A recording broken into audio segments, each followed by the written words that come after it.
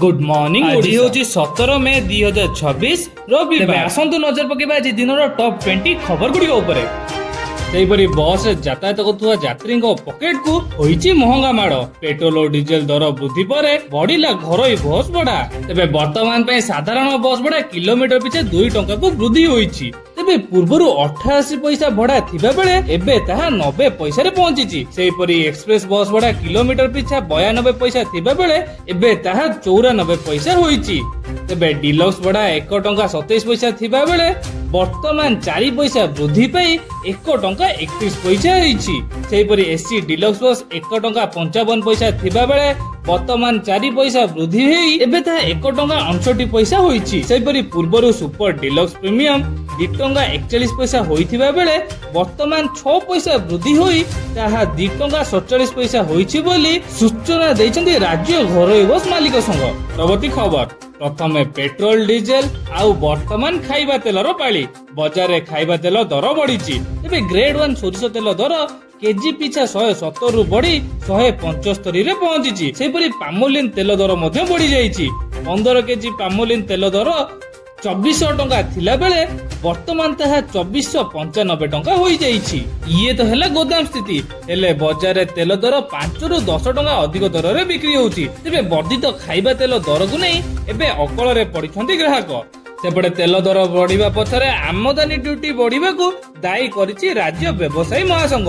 युद्ध जोगु एभली स्थिति हेउछि पे रेड चेट व्यवसायी को सुहाउनी। खूब शीघ्र एने केंद्र सरकार को सह उच्च स्तरीय आलोचना करिबो बोली महासंघ सूचना दैछि। मध्यप्राच्य युद्धर प्रभाव और पेट्रोल डीजेल कला बजारी एबे हांडी शाला रे पडिलानी। ओडिशा रे खाइबा तेलर नियंटिया स्थित जोगु उत्तर प्रदेश, मध्य प्रदेश, आंध्र प्रदेश, राजस्थान, पश्चिम बंग दीघारू खाइबा तेल आमदानी होई आसुछि। ओडिशा रे वार्षिक प्राय 5 लाख टन खाइबा तेल आवश्यक होइथाय। तेबे जेउठी अन्य खाद्य पदार्थ पई गाड़ी भड़ा व्यवसायी माने भरण करचंती तेल रे किंतु ताहा नाही। एठी कंपनी तेल डेलीवरी करी थाए। सेथि पई भड़ा टंका व्यवसायी को दबाकू पड़ेनी। हेले जदी आमदानी शुल्क वृद्धि पाए तेबे तेल दर मध्य बढ़ी थाए। एबे ताहा ही होईची। तेबे राज्य व्यवसायी महासंघर मुख्य कहिचंती एबे परिस्थिति ठीक अछि। आ ओडिसा रा बड़ बड़ डिपो रे पर्याप्त परिमाणर खाइबा तेल मौजूद रहिछि। केवल छानिया रे दर बढ़ीछि। तथापि सरकार को निवेदन करूछंती जे केंद्र सरकार को सह आलोचना करी आमदानी शुल्क नियंत्रण पई चेष्टा करंतु, नहले दर आहुरी बढ़ी जिवो। एपरी राज्यर ट्विन सिटी समेत विभिन्न प्रांत रे तेल संकट जारी रहिछि। लोके पेट्रोल पकेइबा लागि लंबा लाइन रे छिड़ा हेउचंती। केंटरे 200 टंका तो केंटरे 1000 टंकार पेट्रोल ही मिलुछि। विभिन्न प्रांत रे तेल टंकी सुखिबा जोगु तेल पाइबारे लोके निराश हेउछंती।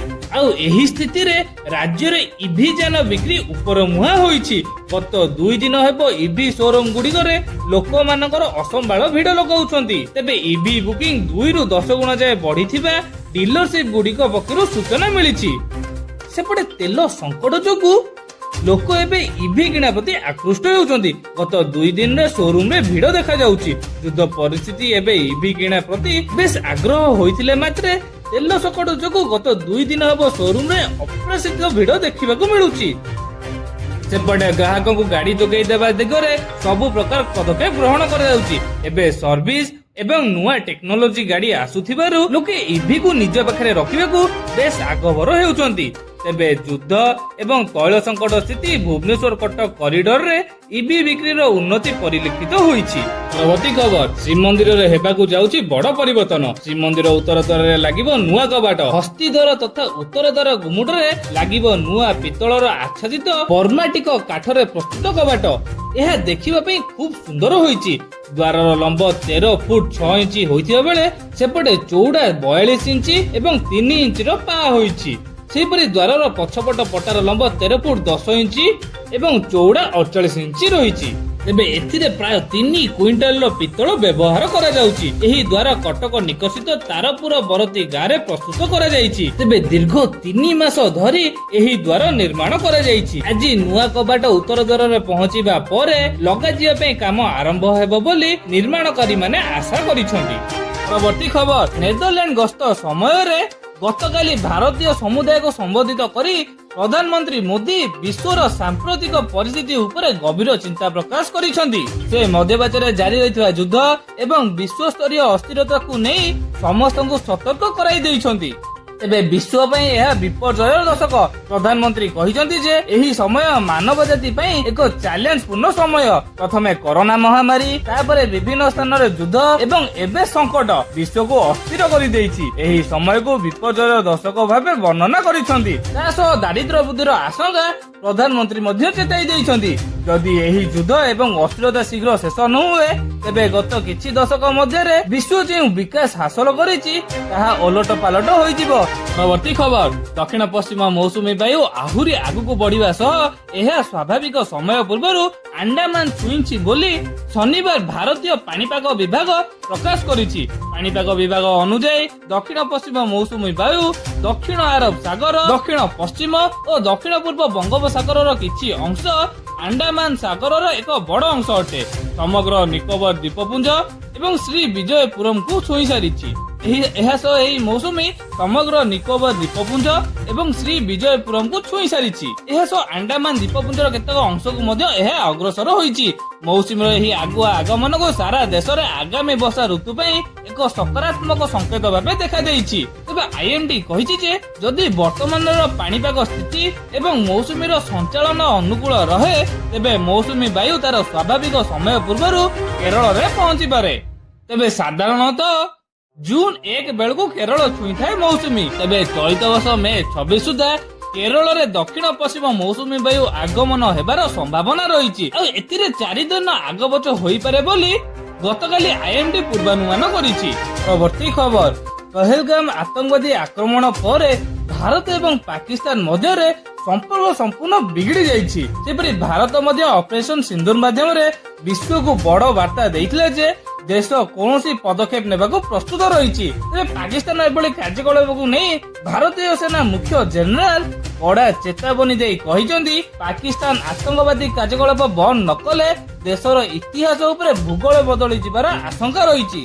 भारतर एक कार्यक्रम रे सेना मुख्य को पाकिस्तान कार्यकलाप नहीं प्रश्न करा जिबारु से एभली कड़ा आभिमुख्य प्रदर्शन करथिले। तासो से एहा मध्य कहिसेंती जे जेकोनोसी सामरिक अधिकारी पई सबुठारु बड़ आनंदर समय होउची जेतेबेले तांको सैनिक माने तांको स्वीकार करंती एवं तांको उपरे संपूर्ण भरोसा रखंती।